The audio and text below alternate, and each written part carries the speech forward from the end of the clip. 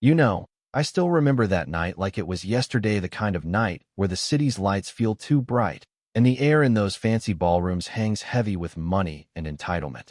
It was at the Empire Lux Hotel in downtown Chicago, this glittering beast of a place where the elite gathered for some charity gala, clinking glasses and pretending to care about the world while stepping over the people who make it run. Elena Vasquez, my wife God, she's the strongest person I know, was working her shift as a server, feet aching after hours on that marble floor, refilling champagne for folks whose watches cost more than our house. She was invisible to them, just another face in a uniform. But to me, she's everything me rock, the one who keeps our little home in Evanston feeling like a sanctuary amid the chaos of my construction world.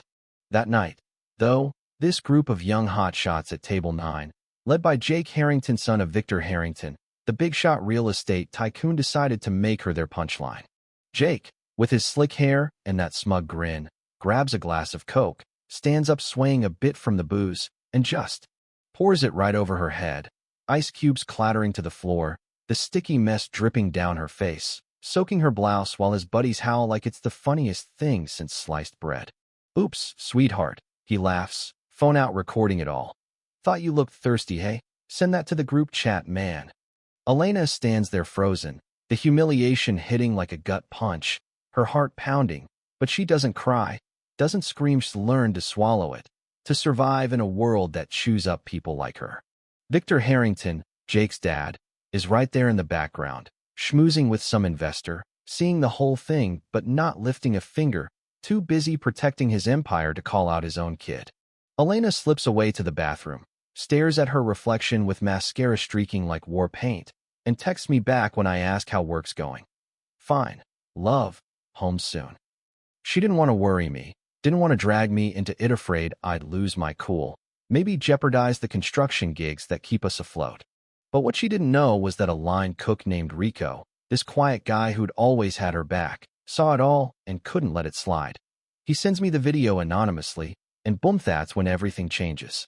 See, folks think I'm just Marco Rivera, a union foreman who got lucky with some contracts, building high-rises across Chicago, but truth is, I run the show behind the scenes, controlling cement flows, steel shipments, union labor, even those shady shell deals that make the big developers' dreams come true. Victor and I had been partners for years, quietly funneling millions through back channel. She gets his buildings up cheap and on time. I get my cut laundered clean.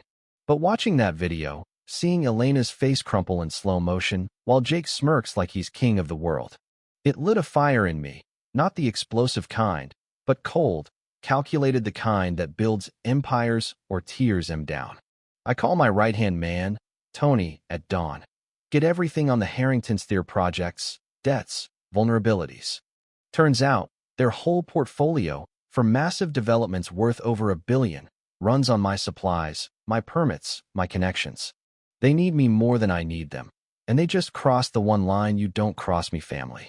So, I gather my crew in this old warehouse on the south side, fluorescent lights buzzing like angry bees, and lay it out. No guns, no threats, just smart business joke, their lifelines until they beg. "We're not thugs anymore," I tell him, pacing with a marker on the whiteboard.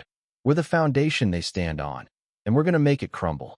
We start. Subtle cement trucks break down en route to their flagship tower in the loop. Steel deliveries hit mysterious delays. City permits get tangled in red tape, thanks to a few well-placed calls and envelopes. Victor's phone lights up at 3 a.m. "What the hell do you mean no pour today?" he barks at his site manager, voice cracking with that first hint of panic. Jake's still partying in the Gold Coast clubs, oblivious, posting selfies with bottles while his dad's empire shakes.